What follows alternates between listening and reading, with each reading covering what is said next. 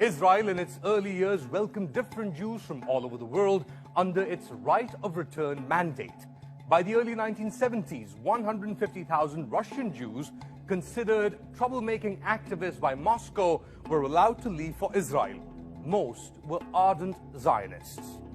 Following the collapse of the USSR, over 1 million Russians immigrated to Israel, changing the country's social, political, and economic landscape.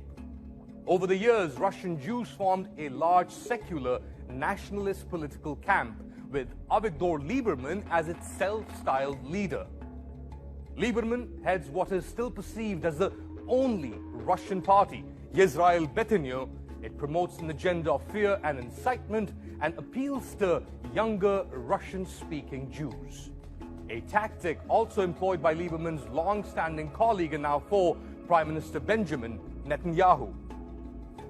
So why do so many Israeli Russians identify politically with Israel's right-wing political forces? Its messages chime with anti-Muslim sentiment formerly reserved for Central Asian Muslims. The feelings of alienation felt by Israel's newest arrivals stem from another dogmatic ideology, conversion to Judaism to fully integrate into Jewish society. The law of return grants near automatic citizenship rights to those with at least one Jewish grandparent, but the chief rabbinate only recognizes them as Jews if they conform to the standards of the halacha, or Jewish law. In 2019, only 2,000 Israeli citizens converted to Judaism and could therefore receive equal rights under the country's legal system.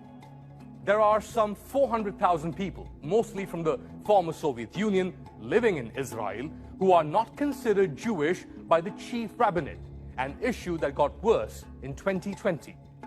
The Ministry of Interior of Israel revealed it had denied Jewish status to over 2,000 children born in Israel to immigrants from the former Soviet Union.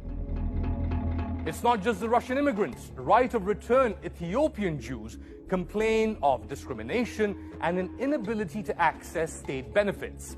Since 2012, about 57,000 more Russians have arrived in Israel.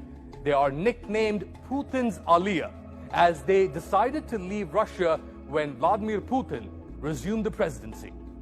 The Israeli left was optimistic towards the new arrivals, but the optimism was short-lived.